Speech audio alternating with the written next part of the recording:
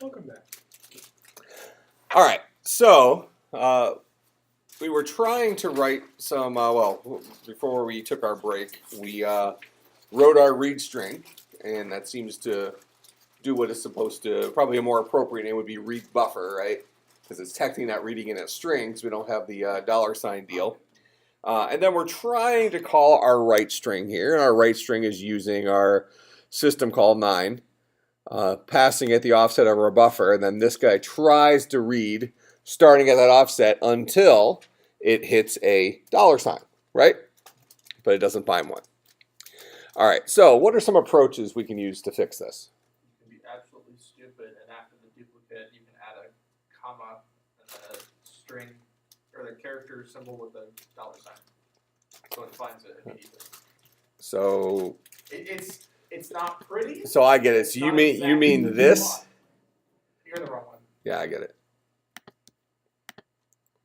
So you want to do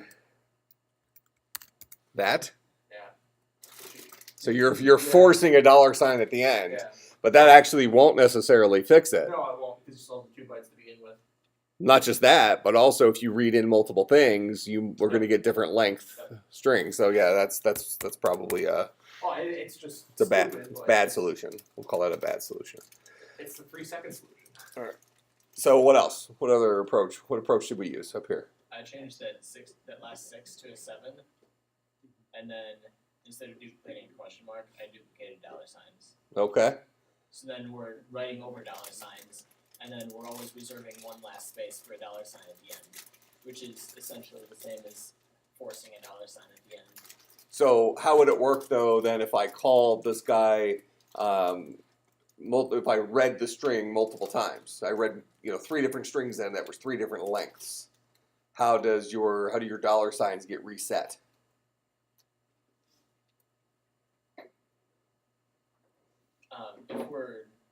Because you're initially going to have 6 $signs. Yeah. And then you're going to overwrite the first 3 of those $signs with actual data. Right? That way it'll hit value, value, value, $sign. Okay. So But now I go to read in another value, overwriting those 3. But let's say it's a 2 element thing. So now I'm going to have an extra value. See what I'm getting at? Yep. Okay. But not necessarily a horrible thing. What did you guys try to do? We got the offset of the buffer, incremented it to get the length of the input, and then added the length of the input to the address of the buffer of the offset, and then added one more time to get, so then you're at the actual string, and then how did we get to the end? We got to that point that we have to. Oh yeah. So then adding the length of the string gets you to the end, incrementing you gets to the character turn, and then replace it with a $sign. Okay. And did you get it working? Yeah. All right. So you ended up looping through looking for the end? No, we added, so the second value in the buffer is the length of the input. That's how many steps you have to take forward. Yeah, so we Plus added, 1 to get past the first element. Yeah, Okay. So we added the length plus 1 to get to the character turn, and then replaced it with a $sign. Okay. And then how did you do that replace? Move into what? The value of SI The value of SI to the 24H. Okay. So you set SI to the offset, and then you moved into the value at SI the $sign. Yeah. Okay. So effectively, you guys for write string. Well, here let's take this a couple steps at a time. Well, actually, did you guys explain your solution yet? That was pretty much. We just did a little bit cleaner, but yeah. We just did it better. Yeah. We just did cleaner. That's the. I love how you compliment classmates. It's like, Would you expect yeah, it's like we just did it cleaner, in like how ours works, and This is how we know. It's faster. This is how we know. This is how we know he hasn't been replaced by a robot. If he ever compliments anybody, we know it's not him. So now realistically here, when I say offset of buffer, that's pointing to the very beginning of it, right? So we actually, the data really starts at that +2, does it not? That's where we're really trying to write from. So when this guy goes to write, aren't we doing add dx2 to bump it past the max, huh? Just use Leah at that point. This is fine. Simple little math. All right, so we'll just bump past. So now we're going to try to start writing from the correct starting point, but we still have the issue of the $, right? So you guys were going through, and you didn't search for a carriage return. You just knew where you were was going to be a carriage return because it was the offset. So what you wanted to do is you wanted to effectively replace that carriage return with a $, so that it became a $, terminated string. So inside here, you moved into what? SI, the offset of buff to get you your starting point, right? So that's your starting point. And then you, well, so then you want to inc SI to get you to the, so now the value of SI is the number of elements, right? So inc SI, then you're going to add to SI the value that is the, You take that value first before you do anything with SI. Yeah. You want to take that value. Yeah. oh, and move it into like AX, Put it CL. up on CL, okay. You have to use A same size register. Yeah. So, so this is 8 bits. This guy. So you can put SI is 16, but the value at is an 8-bit thing. Okay. So you could do CH, CL, whatever. So you moved into CL, the value of SI. So that gives us the number of elements, right? Okay. So then you added SI, comma. CL. Yeah. No, you have to do CX. Yes. Yeah, because that's 16. So you otherwise it'll yell at you that they're not the same size. So this is 16-bit and this is 16-bit, right? Just make sure you clear out CH before you do that.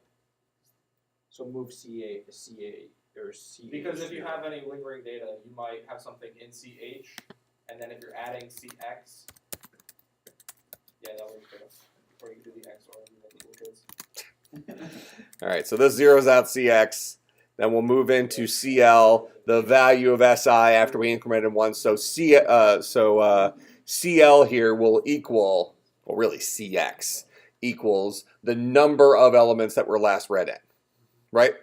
All right, so then we're going to add to SI CX, that number of elements. So now we should be sitting at what position? One less. One less. So now we need to increment SI, right? So now that has us sitting at the carriage return. No, you're at the carriage return before you increment. Yep. Well, let's walk through this. So this is bucket 0. This is bucket 1. If we read in 3 elements, so that should be bucket 2, 3, 4. Carriage return should be at bucket 5. Okay, so we're at bucket 1. We'll move in the 3 here. 1 plus 3 is 4. Increment SI is 5. Now we should be sitting at the carriage return right there. Try it. I'm curious. Because So then you guys moved into SI 24H. Yeah. I should be able to do it this way, I think. I've done it before that way. And then we should be able to do our normal Yep. normal daily. Okay. you put the Bears window on too? The who? The Bears window? Bars. Okay, so we'll do 127. Can I change the font? Did we have that problem last time? And there's our 127. He left it wide open. Surprise? Wait, how? Go back to your code real quick. Because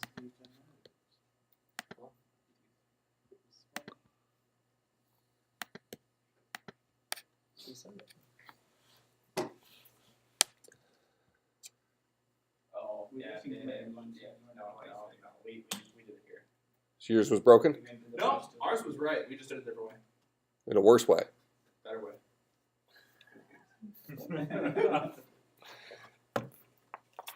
You took He's counting the number of lines. Oh, come on. Why do you have to move 0 to CX? You actually probably wouldn't the very first time you run it, but his concern was since we're moving into CL, the value of SI, which is the number of elements that were read in, Yeah. if CH had something already in there, like left over from before, you just built into CX some crazy value that's not indicative of what was in the value of SI. But you can add to SI, you can add CL to SI. No, you can't. No. Yeah, I just did.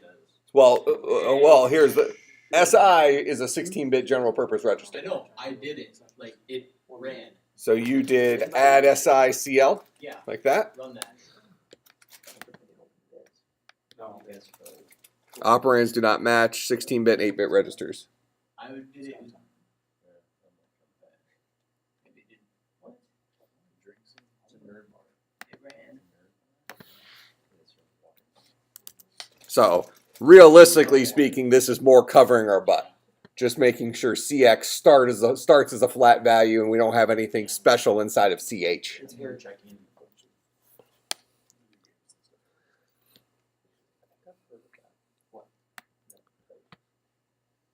What's this?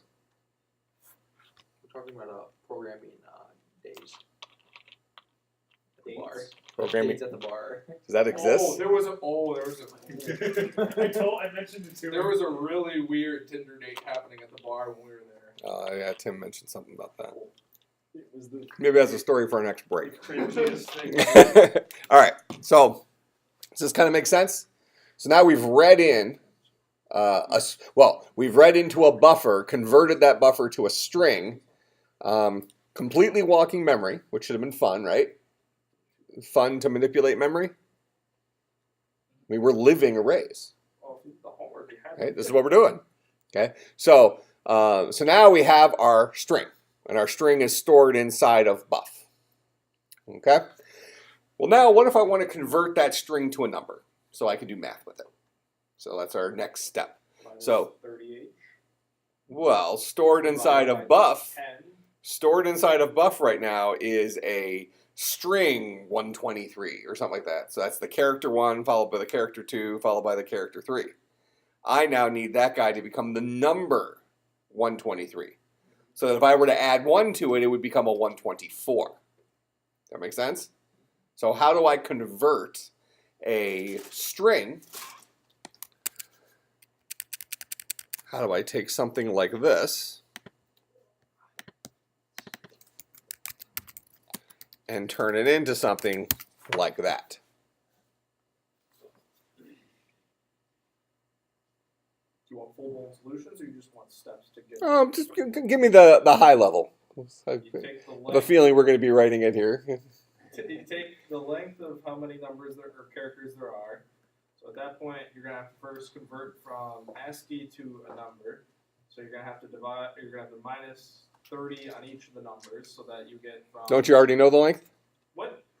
Yeah. So that's what I'm saying. You take the length. So you're gonna need the length. You're going to need the actual numbers instead of ASCII values. And at that point, you're going to have to take the first number, times it by the length, times 10 to the power of the first number, or the length, and then minus 1 every time subsequently after. Theoretically. You can do it a lot cleaner, or different ways, but that's the... And then you add that number. Okay, so you're going to create a running total. Right, so you would take 1 times 10 to the power 3, 2 times 10 to the power 2, and Would it be or that? no, it's 10 to the power 10 to the power 2. 2, 10 to the power Yeah, so it's 1, 10 to the multiplying power each one 0. by 110, and then technically 1, but you don't need to. Well, you can still do it. All right, so we're going to have a string to int proc, np string to int we'll throw a return in here. Okay, and this guy's job is to convert the value stored in buff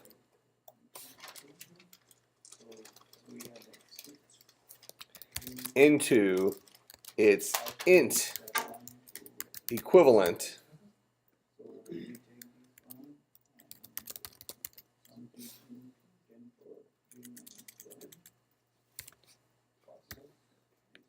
into, actually,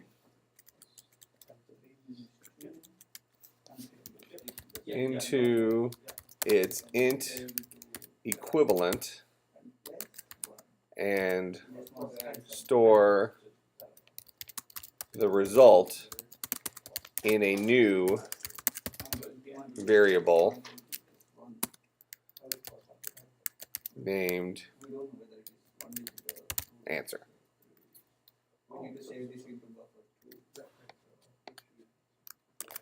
All right, so string to int assumes that you've already read in your value into buff.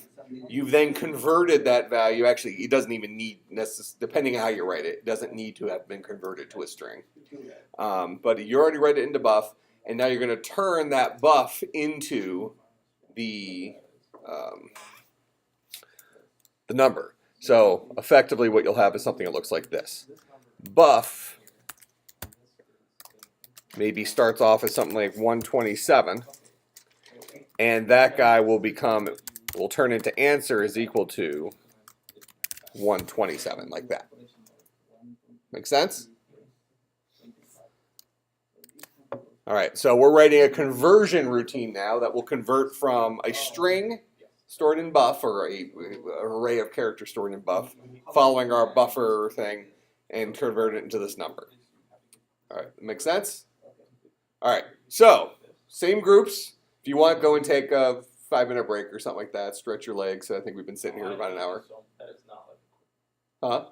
that's not a quick answer, but okay. The project type, whatever. Oh yeah, we're gonna do it after break.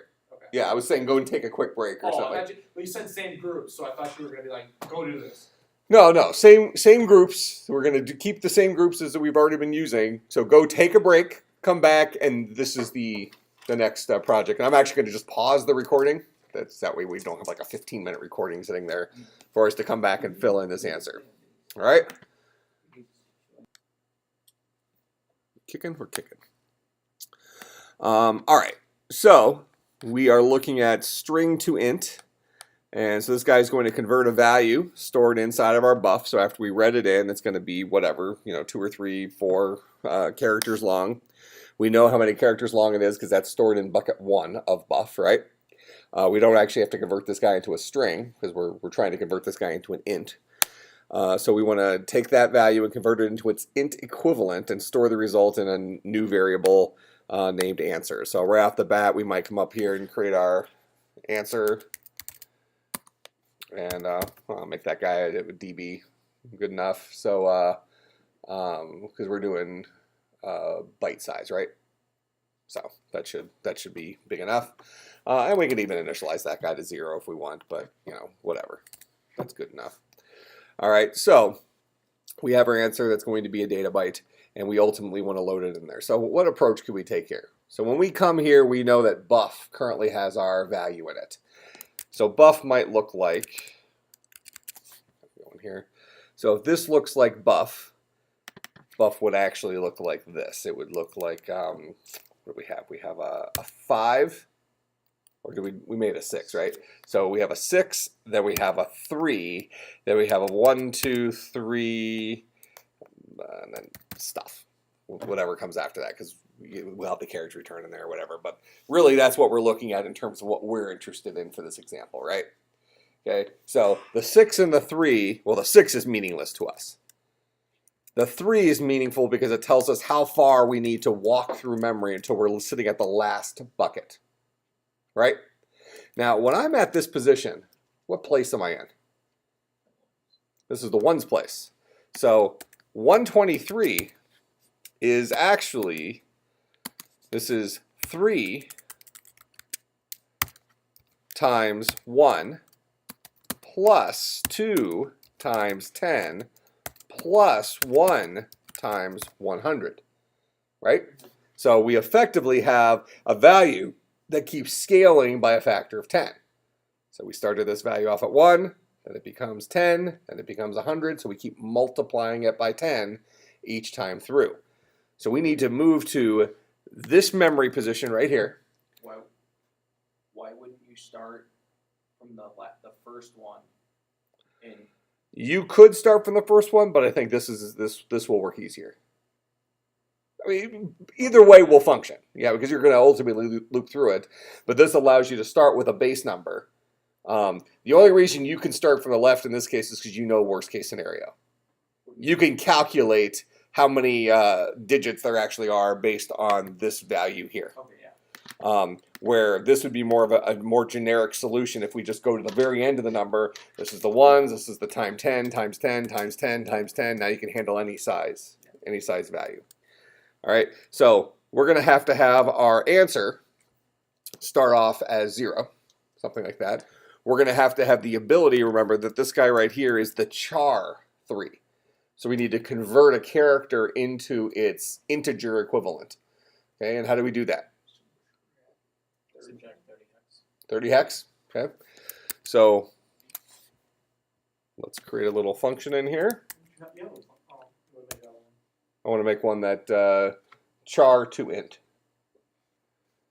So char to int, so proc, np char to int, return.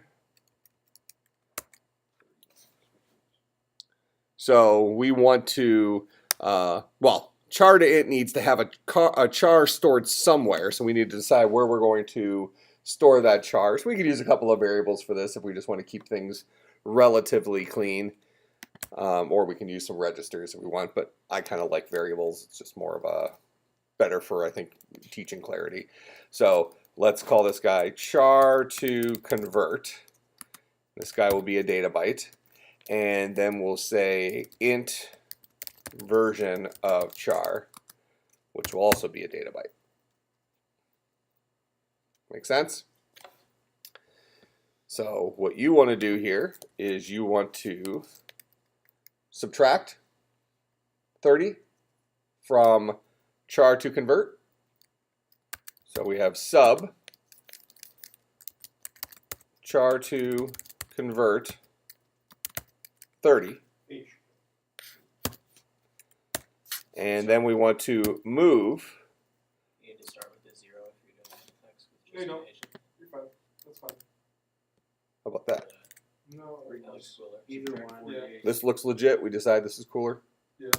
Okay. Now we need to move into a register because we can't move memory location to memory location directly, right? So let's move into, pick your poison, DX. Well, you have to use 8-bit. Oh, yeah. So fine, DL.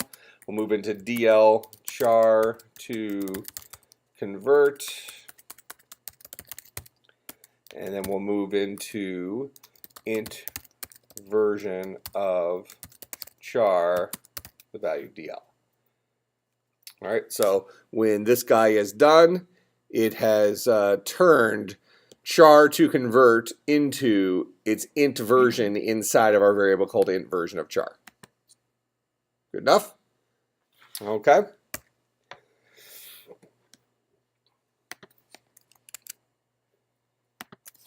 So right off the bat here, we already have our answer up top here. So inside here, we're going to go ahead and we're going to say move answer 0.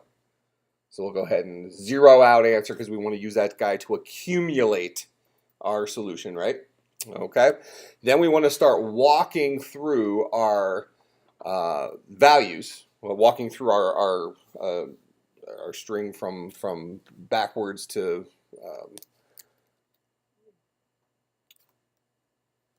we want to go to the memory address that is this guy right here. So the position of that guy, and take that guy times the current place, add it to answer, this guy times the next current place, which is times 10, so on and so forth. So we're going to need a couple other variables. So we're going to have a variable for place. And we can set that guy equal to 1 for initial data byte. And actually, we'll initialize it inside of our code because that way we can reuse the code multiple times. So that's going to be place. And then we need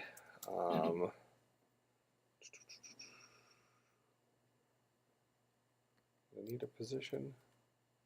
We might not. So let's leave it at place for right now. All right.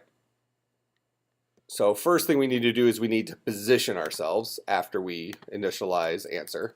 So we want to position ourselves to the position, so the memory address of that guy.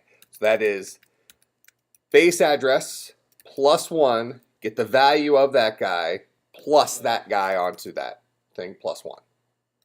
Right? Same kind of the same math we did before. Okay. And where should we store that? Put that in a register. SI? Okay. So we're going to move into SI, the offset of buff, then inc SI to move it to that value. Then we're going to move into CX, the value of SI. That's going to be our counter if we're going to use the loop, right? You don't have to use a loop here. You can do labels and jumps and things like that, but let's use the loop. It'll be a little fun. So we'll take the value of SI, move it into CX. So in our little example here, that should move 3 here into CX. All right. Now we're going to add CX to SI, and then increment it one more time, which should then put us right here. Because if we're sitting here, this would be 1, 2, 3. Oh, actually, just adding it there, not plus 1, because the plus 1 was to get us to the carriage return, right? All right, so now we'll do add SI, comma CX, and both of those are 16-bit, so that should work, right? Yep. All right, so we moved into CX in this, by our example, the number 3. Then we added to SI, which is the current memory location of that 3, of this guy. We added to that guy 3 buckets. So 1, 2, 3, which now has SI holding the address of that guy. Right? So that guy is now the guy that we want to convert into a int version of that char. Right? So we need to load that guy into our variable. Okay, so we're going to go ahead and create a little label here. We're going to call this guy loop begin. Do we run into an issue because CX is the counter, so that's 3. So then how would you know how many times to multiply? Who? The loop, so the counter's 3. 2, 1, 0. The place counter every time. Yeah, we're decrementing. I think we're okay. So we'll have our loop begin here. And then we're going to have our actual loop command. And so what do? We do loop, and then we're looping to loop again. That's a syntax for loop, right? Yeah. What is it? What is loop check? CX. CX? Yep. I think. Close enough. All right, so loop begins. So what's the very first thing we need to do? We need to move into, well, we need to get our character that we want to convert to an int, a single char. So we're going to move into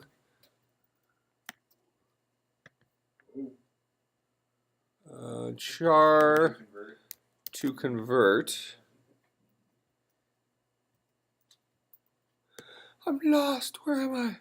Where's my loop? I really don't like the scroll. It's too aggressive, right? Okay. So move into, wrong key. That's the Mac paste. There we go. Move into that dude, the value of SI. Right? Then call char to int.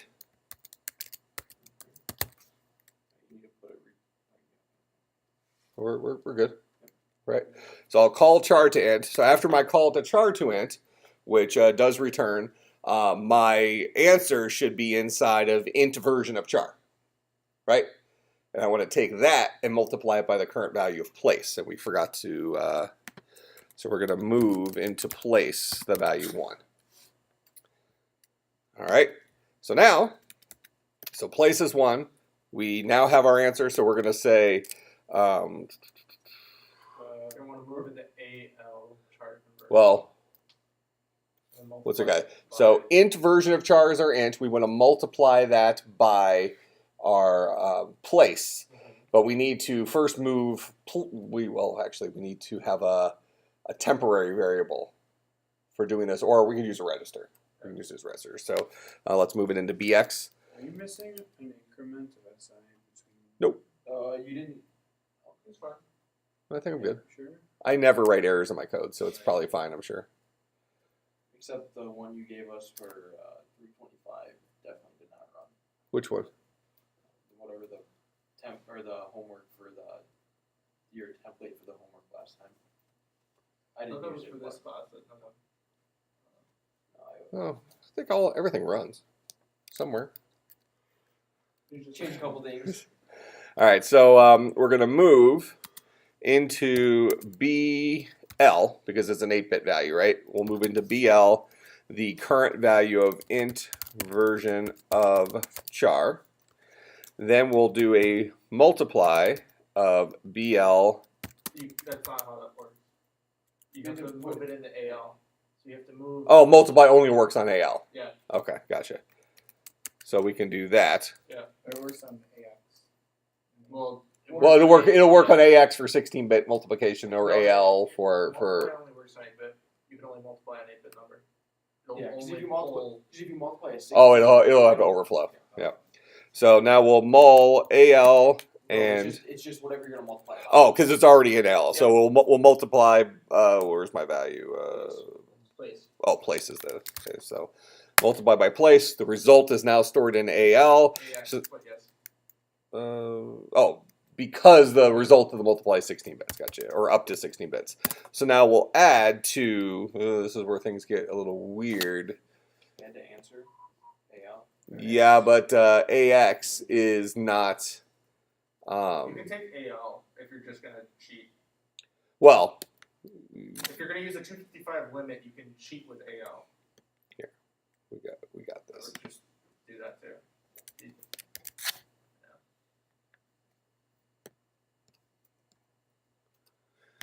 So we'll add to answer AX. So answer is now a double word, which is 16 bits, same as AX. Let's see. So now we need to modify place to be 10 times larger than it was. So we'll move into AL, current value of place, mul 10. You do a register there. You can't do littles. Who? You put it in like. So you could put 10 in AL and then place in. Yeah, that'd be better. Oh, this can't be a immediate. That really can't be an immediate value. Yeah. All right, so move BL 10, mul BL. We can multiply by number. So you can move place to AL and Yeah, that's then right. Yeah. multiply place. This works too. Oh, no, this accomplishes the same thing. So we'll mul BL, so that's our 10 times AL, putting the result inside of AX. So then we need to move place. You just gotta suck it up and. Yeah. Just use AL, right? Well, We gotta go past thousands, so. be AI. So here, let's just make place a Yeah, you're gonna. double word as well.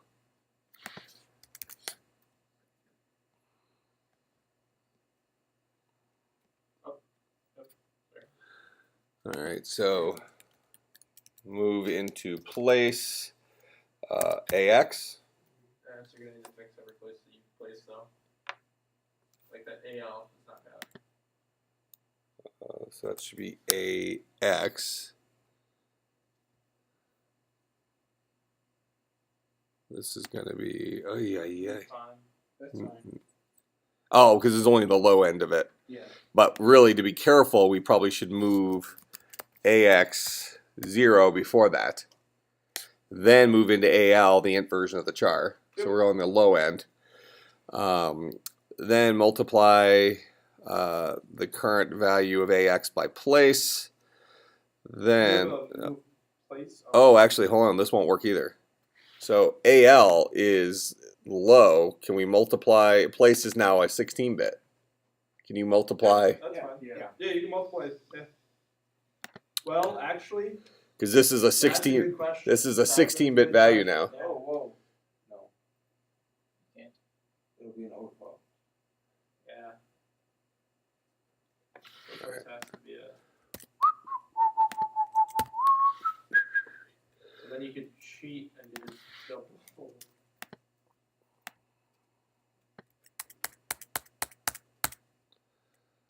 Place, move into answer AL,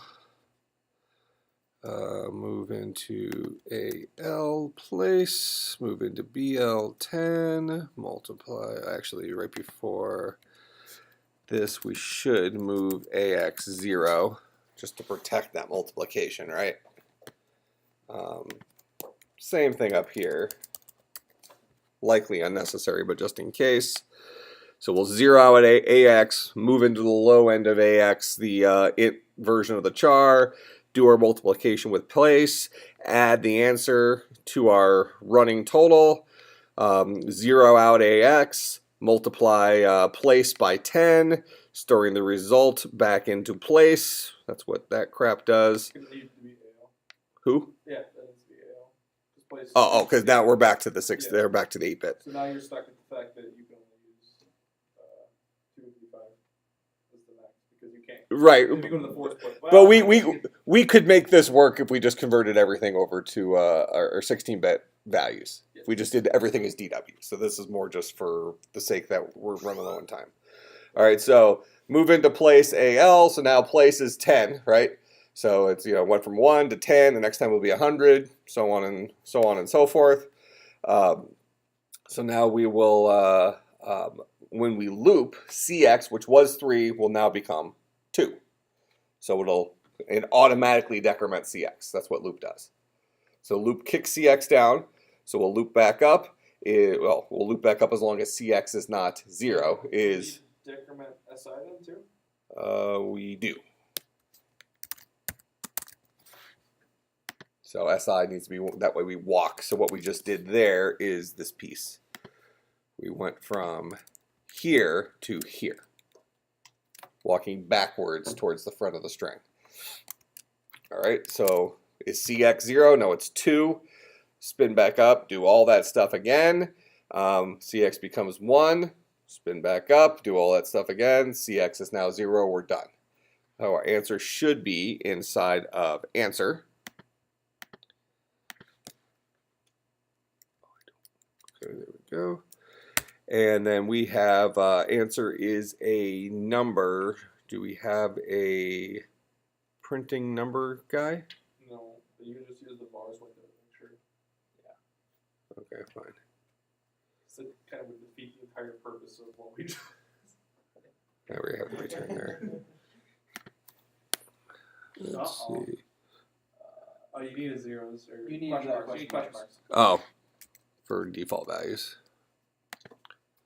And then somewhere else. You subtract it from it too. Parameters, so move to convert value of SI. It's highlighted down there. Oh, Is care to convert the DW or it's a Or convert to DL. DW? it's a DB. DB. So that's a byte. What am I trying to move in there? SI, which should be a byte. That's a byte value. It says wrong parameters. Oh, let's look at this a little. There are errors. Char to convert Oh, I don't think you can directly put the value into a variable. Yeah, I think you need to put it in the register and then put it into a.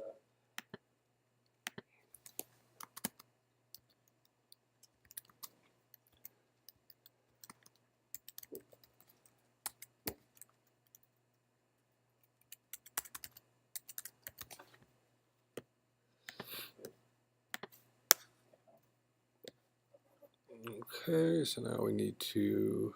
Are we already reading crap in? Actually, do I ever? I never actually even call that function, so thing's gonna work great. All right, so we'll write our string, and then we want to call, what's the name of the function? String to int.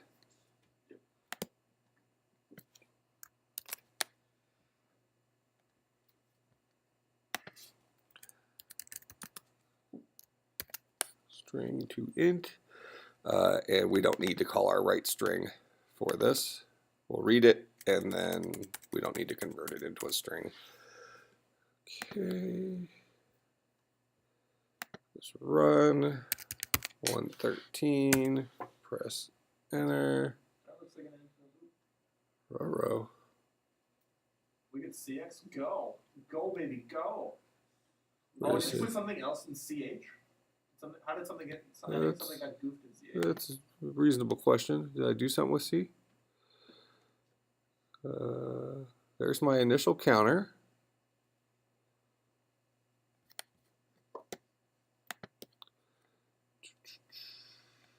See, oh, there you go, right there. Oh yeah, that was a bad.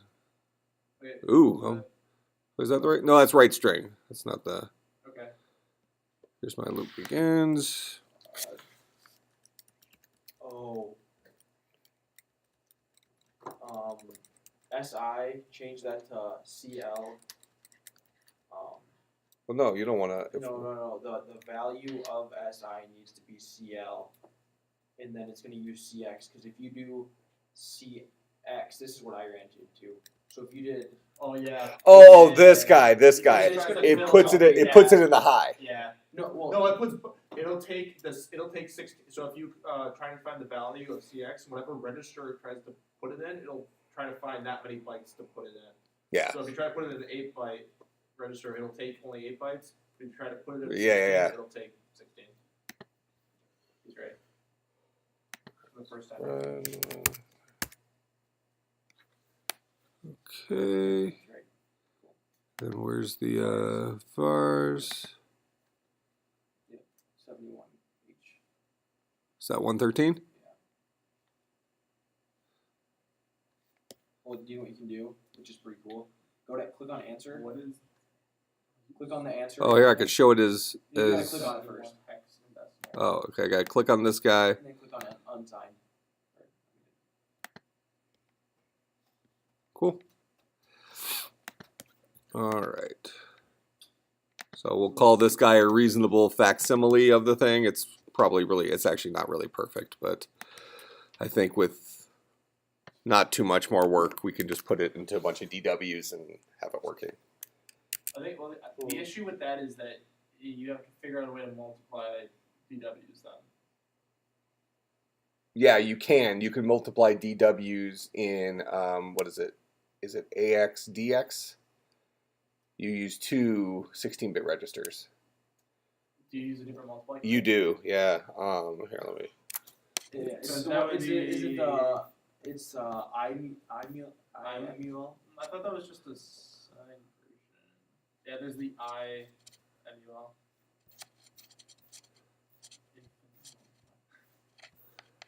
You passed it. Did I? 3, 4. No. Yeah. But signed. It doesn't. Yeah, it's DX and Yeah, AX. it only takes AL. AL times your operand, so. Which is equal to AX. But when operand is a word, it splits the answer across DX and AX. So if we made all of our things DWs, we'd have enough space to hold the ultimate value. So you can only okay. So if you put that makes sense. All right. So as you, let me just so I don't forget, I want to paste this code into Slack real quick. So now we have to do. Everything seems okay except for the last one. Oh. The last one should be the easy one. Do you guys have the same bag? Yeah. I would have noticed the second I started trying to put stuff in it. Like All it's right. empty and So yours that's full? up there. Mine's got stuff. All right. So homework assignment. is another assembly program. So Come on. we're going to be displaying vowels, Easy. displaying consonants, which actually is going to be somewhat tedious. Yeah. A lot of copy and pasting there, unless you write you could. you write an interesting function with that. I see what's going on. Print digits shouldn't be too. Really, these three are all the same. They're the exact same question, just different subsets of ASCII values. This last one is going to have you read something into a buffer, and you can limit it, to if you want to do it something like 20 characters or something like that. It shouldn't matter, because once your algorithm works, it doesn't matter if it's 10 characters or 100 characters. It's going to function. But you would read these things into your buff. There would be no spaces though in yours. So, because I mean, I suppose if you want to make it harder on yourself, you can put spaces in there, and just ignore them. But I wouldn't. So assume there's no spaces. So buff would look something like this with no spaces. You would have to walk through it until you find something that's an operator, and then take this guy and convert him into a number. You have to kind of figure out what how do you start taking the individual pieces of this. And you should have several tools in our code right now that allows you to do portions of this without too much trouble. But I would sit down and really think through the problem, what steps you actually have to take in order to deconstruct this guy. So this is really a similar type problem to the idea of deconstructing a string version of a number into a int, except we're just adding operators to it and then doing some math based on those. Make sense? All right, so should only take 10, 15 minutes, I would think, to do. No, it's just Yeah, you have a lot of the homework done from last time. It's not that bad. You had the input and output last time. It shouldn't be terrible. All right, so I will see everybody on Tuesday.